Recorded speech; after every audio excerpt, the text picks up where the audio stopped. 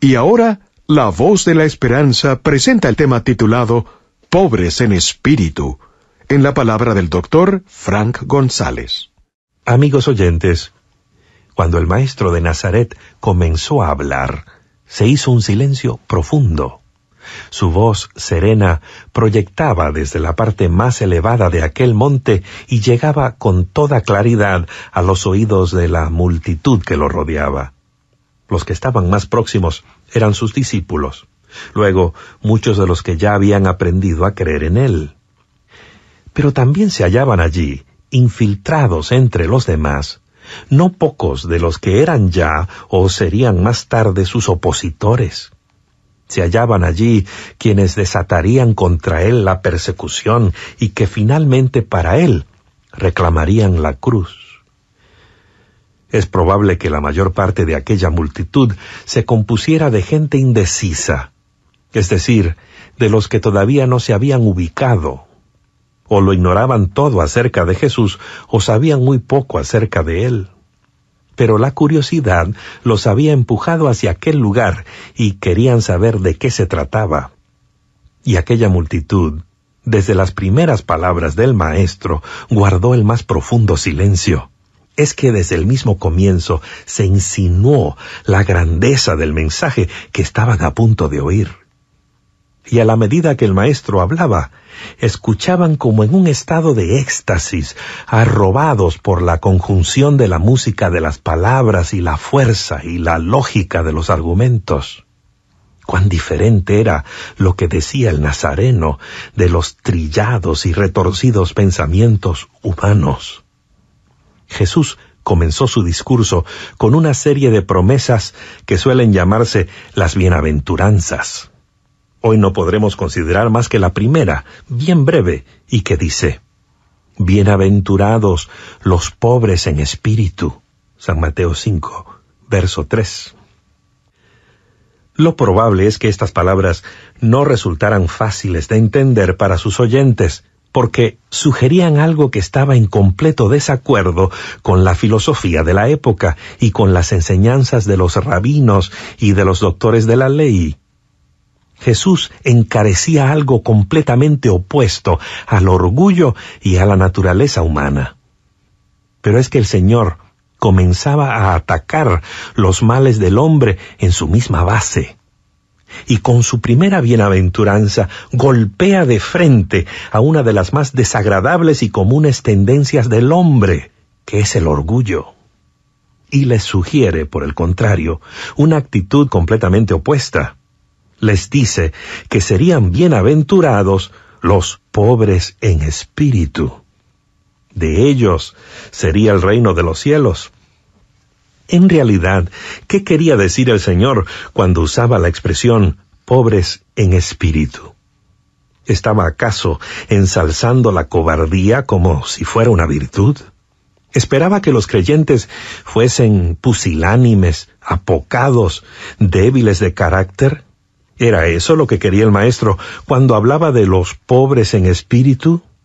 No, nada de eso. Por el contrario, el Maestro siempre esperó que sus creyentes fuesen capaces de hacer frente a las pruebas de la vida con dignidad y con hombría de bien. ¿Acaso no dijo el Señor que el reino de los cielos se obtiene mediante el esfuerzo y que son los valientes los que se llegan a él? San Mateo 11, verso 12. ¿A cuál de los discípulos del Nazareno podría culparse de haber sido cobarde? A ninguno de ellos. Cuando el Evangelio llenó sus corazones, cuando la realidad cristiana se convirtió en la fuerza de sus vidas, aquellos discípulos fueron capaces de atravesar por las más difíciles y violentas situaciones sin vacilar y sin claudicaciones. Y fueron todavía más lejos. Cuando llegó la hora del martirio, cuando tuvieron que dar la vida por su fe, ¿cuál de ellos vaciló? ¿Cuál de ellos fue cobarde? Ninguno. Supieron no solo sufrir, sino también morir por su fe. ¿Qué significa entonces la expresión pobres en espíritu? Significa que obtendrían el reino de los cielos aquellos que con la ayuda del Todopoderoso supieran ser humildes y vencieran el orgullo y la soberbia. Son pobres en espíritu, no los flojos y los cobardes, sino los que no piensan de sí mismos más elevadamente de lo que deben pensar, los que no se dejan arrebatar por la vanidad de creerse superiores a los demás.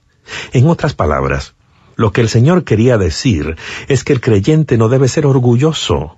Por el contrario, debe ser humilde, sencillo, aunque firme y sólido como una roca. Digamos con amado Nervo: Señor, yo te bendigo porque tengo esperanza. Muy pronto mis tinieblas se enjollarán de luz. Hay un presentimiento de sol en lontananza. Me punzan mucho menos los clavos de mi cruz. Mi frente, ayer marchita y oscura, se levanta hoy aguardando el místico beso del ideal. Mi corazón es nido celeste donde canta el ruiseñor de Alfeo su canción de cristal. Dudé, ¿por qué negarlo? Y en las olas me hundía como Pedro a medida que más hondo dudé. Pero tú me tendiste la diestra y sonreía tu boca murmurando: hombre de poca fe. ¡Qué mengua! Desconfiaba de ti como si fuese algo imposible al alma que espera en el Señor, como si quien demanda luz y amor no pudiese recibirlos del Padre, fuente de luz y amor. Mas hoy, Señor, me humillo, y en sus crisoles fragua una fe de diamante mi excelsa voluntad. La arena me dio flores, la roca me dio agua, me dio el simón frescura y el tiempo eternidad.